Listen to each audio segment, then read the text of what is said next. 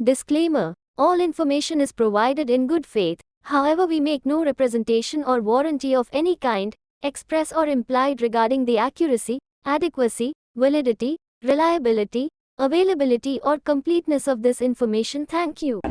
Hello everyone, मैं doctor राजन वैद्य, MD डीजो Mumbai, एमआरसीओजी London. पिछले 28 साल से साइराज फर्टिलिटी सेंटर कल्याण में मैं स्पेशलिटी फर्टिलिटी ट्रीटमेंट्स करता हूं। आज की वीडियो में हम देखेंगे आईयूआई क्या होता है, क्यों किया जाता है और कैसे किया जाता है।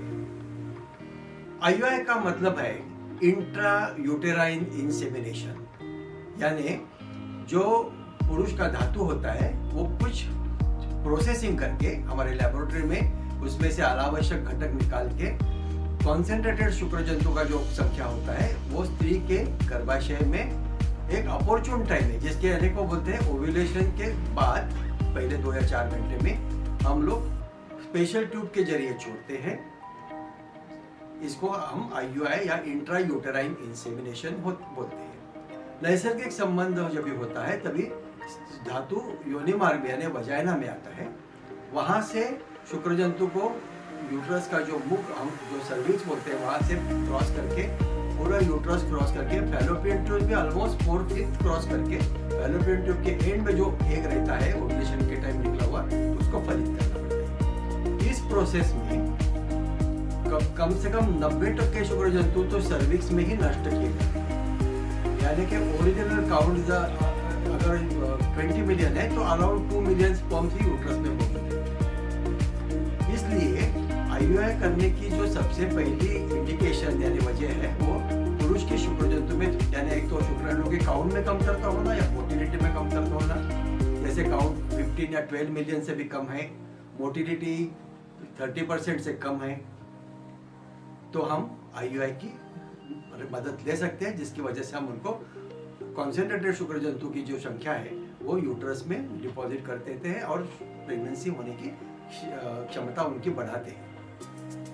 आईयूआई इसलिए भी किया जाता है कि कभी कभी सिंपल ट्रीटमेंट से पुरुष का काउंट और स्त्री का भी सब नॉर्मल होने के बाद, जिसको हम अनएक्सप्लेन्ड इनफर्टिलिटी बोलते हैं, अज्ञात कारणों से आने वाला वंध्यात्व, और कम से कम 1 या 1.5 साल संबंध करने के बाद भी अगर उनको और सिंपल मेडिकेशन ट्रीटमेंट के साथ अगर उनको प्रेगनेंसी नहीं ठहरती है तो भी हम आईयूआई करते हैं। आईयूआई करने की और एक वजह ऐसी रहती है कि कभी कभी पुरुष में ठराविक समय पे संभव होना नामुमकिन होता है, उनको नहीं जमता है, उनको नहीं होता है, इसके हम इरेक्टाइल डिस्फंक्शन या इजैकुलेटरी प्रॉब्लम होते हैं। तो ऐसी हालत में हम उनकी जो सीमेन है वो प्रोसेस करके आईयूआई की जगह आईयूआई के द्वारा उनके यूट्रस में छोड़ देते हैं और बच्चा होने की संभावना की कोशिश देखते हैं। कभी कभी क्या होता है कि मेल पार्टनर का जॉब की वजह से वो ऑफशोर रहते हैं, जैसे मर्चेंट नेवी में काम करने वाले लोग या फौजी भाई जो 7-7, 8-8 महीने अपने घर से बाहर रहते हैं, तो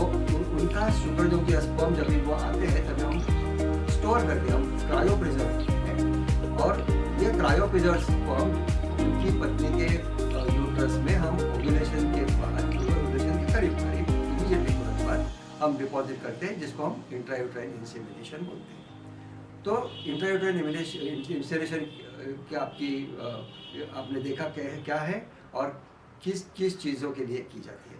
मेनी टाइम्स बहुत बार इंट्रायूट्राइन इंसेमिनेशन यानी आईयूआई पूर्व स्त्रीजन्य कारणों के लिए भी किया जाता है, जैसे स्त्रियों में ओव्यूलेटरी डिस्फंक्शन या स्त्री की एग्स की मात्रा थोड़ी कम हो, तो इस हालत में भी हम आईयूआई का इस्तेमाल करते हैं, जिसमें स्त्री को कुछ ओव्यूलेशन इंड्यूसिंग टैबलेट्स यानी ओव्यूलेशन यानी कि स्त्री बीज पैदा करने वाले टैबलेट्स दिए जाते हैं, और ओव्यूलेशन जब भी हम सोनोग्राफी से डॉक्यूमेंट करते हैं यानी कि ओव्यूलेशन की खातरी करते हैं, तो उसके 2 या 4 घंटे बाद में हम आईयूआई करते हैं। तो नॉर्मल आईयूआई की प्रोसेस कैसे चालू हो जाती है?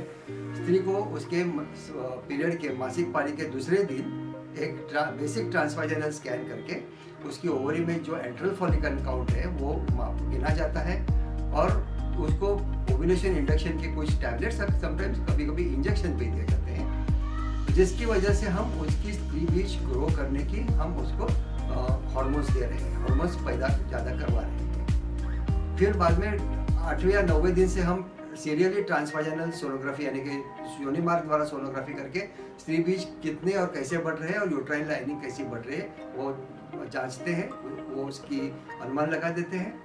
और एक ठराविक अवस्था समझो 18 मिलीमीटर का जब एक हाथ फॉलिकल हो जाए तभी हम और एक ट्रिगर करके इंजेक्शन देता है, नॉर्मली ह्यूमन कोरियोनिक गोनाडोट्रोपिन जिसको हम HCG बोलते हैं वो दिया जाता है। उसके 36 घंटे के बाद वापस एक सोनोग्राफी करके ओव्यूलेशन हुआ है यानी कि स्त्री बीजकोश से बाहर आया है, ये कंफर्म होने के बाद हम उसी टाइम उसके हस्बैंड को जब ये ओव्यूलेशन कंफर्म करने के लिए आती है तब हम उनको बोलते हैं कि हस्बैंड को साथ में लेके आना। ओव्यूलेशन कंफर्म होने के बाद हस्बैंड का सीमेन हम हमारे लेबोरेटरी में लेके उसको सीमेन प्रोसेसिंग फ्लूइड से हम प्रोसेस करते हैं। सीमेन प्रोसेसिंग का मतलब क्या होता है?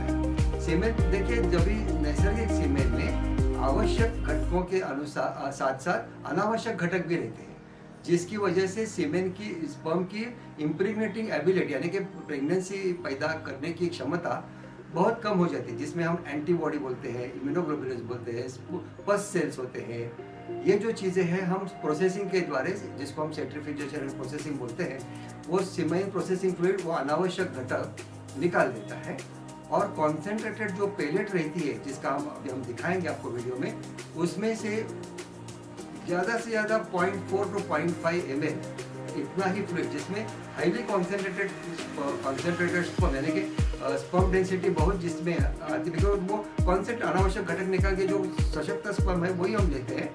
और एक स्पेशल प्लास्टिक ट्यूब जिसको हम IUI catheter, non toxic catheter, जिसको जो स्पर्म को हानि नहीं पहुंचाता, उसकी वजह उसको गर्भाशय के मुंह के द्वारा गर्भाशय उसका जो टिप होता है यूट्राइन कैविटी में जस्ट पहुंचता है और वहाँ पर हम ये जो सीमेन इंजेक्ट करना होता है यानी कि छोड़ना होता है यूट्राइन कैविटी में, इंसेमिनेट करना होता है, वो स्लोली करते हैं 3 से 4 मिनट के स्लो मूवमेंट में हम उसको इंजेक्ट कर देते हैं तो उसके यूट्रस में। और वो हो जाने के बाद में कैविटी निकाल देते हैं। उसके तुरंत बाद ही स्त्री या IUI टेबल के बाहर आ सकती है। बेड रेस्ट IUI के बाद में बेड रेस्ट लेने की जरूरत है क्या, ये सवाल मुझे कई बार पूछा गया है, तो उसके लिए बेड रेस्ट वगैरह कोई लेने की जरूरत नहीं। IUI करने के बाद स्त्री इमीडिएटली अपना हमेशा का काम, हमारे पास तो ऐसे पेशेंट हैं जो IUI करके इमीडिएटली गाड़ी पकड़ के बम्बई में काम पे भी जाते हैं, तो कोई बेड रेस्ट की वगैरह कोई ज़रूरत नहीं होती। IUI प्रोसेस इतनी पेशेंट फ्रेंडली है कि कभी भी उसके लिए भूल देनी नहीं पड़ती, कोई दर्द नहीं होता।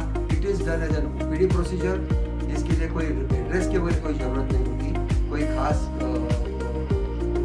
रेस्ट वगैरह की कोई ज़रूरत नहीं होती। It's a very patient friendly.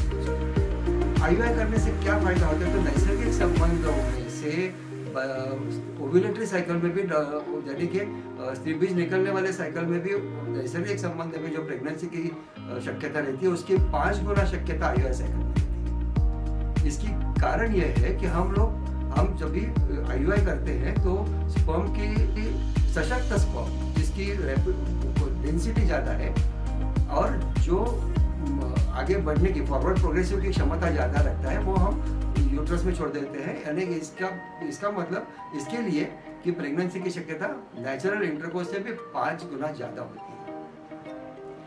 तो ये हो गई IUI की। IUI कितनी बार करना चाहिए, तो मेरे पास बहुत बार पेशेंट आया कि IUI बहुत बार किया रहता है, तो मैं तुमको बता दूँ कि IUI ज़्यादा से ज़्यादा 3 बार ही करना चाहिए, क्योंकि अनेक साइंटिफिक पेपर्स यानी कि रिसर्च पेपर से ये सिद्ध किया गया है कि 3 बार से भी ज़्यादा आप IUI करें तो प्रेगनेंसी रेट कोई बढ़ती नहीं है, इनफैक्ट थोड़ी कम भी हो सकती है। तो इसके लिए ज़्यादा से ज़्यादा 3 बार IUI करना है। अगर 3 बार के IUI में अगर बच्चा नहीं ठहरता है तो पेशेंट को next type of assisted reproduction treatment यानी कि नेक्स्ट फर्टिलिटी ट्रीटमेंट में यानी जिसको हम IVF कहते हैं तो वो उसमें जाना चाहिए। तो ये थी IUI के बारे में आपको दी गई पूरी जानकारी। पूर्णतः पेशेंट फ्रेंडली प्रोसीजर है, कभी भी उसके लिए बेड रेस्ट वगैरह नहीं लेनी पड़ती और आपका हमेशा का काम इमीडिएटली हम चालू कर सकते हैं। IUI करने के बाद हम 15वें दिन पेशेंट को बुलाते हैं और उसकी सीरम बीटा HCG यानी कि प्रेगनेंसी अगर रह गई होगी तो प्रेगनेंसी द्वारा निर्मित जो HCG स्राव रहता है वो ब्लड में आया कि नहीं जांचते हैं, और वो अगर पॉजिटिव है तो हम बोलते हैं कि आपको बच्चा ठहरा है, नहीं ठहरा तो वैसे ही बोलते हैं। ये पेशेंट को पूर्ण फर्टिलिटी ट्रीटमेंट काउंसलिंग हम एकदम पहले ही कर लेते हैं कि किस ट्रीटमेंट से कितना प्रतिशत यश मिलेगा। तो हम पेशेंट को यही बोलते हैं कि IUI के ट्रीटमेंट के साथ आपको 15 से 18% यश मिलेगी पर साइकिल। फर्टिलिटी ट्रीटमेंट्स की विशिष्टता हम पर साइकिल या पर अटेम्प्ट बोलते हैं। तो फर्टिलिटी 15 to 18% यानी 15 से 18% हर एक अटेम्प्ट में आपको IUI की यशस्विता की शक्ति है। अगर IUI के मैंने आपको IUI के बारे में सभी जानकारी जितनी आसान से करके देना है वो दे दी है। इसके ऊपर आपको अगर कोई सवाल है, क्वेरी है, तो नीचे दिए हुए कमेंट बॉक्स में आप जरूर अपना सवाल लिखिएगा। मैं या हमारी टीम में से कोई आपके सवाल को जल्द से जल्द जरूर देंगे। इनफर्टिलिटी और उसकी स्पेशल ट्रीटमेंट के बारे में और जानकारी के लिए हमारे अगले वीडियो में मैं आपसे जरूर मिलूंगा।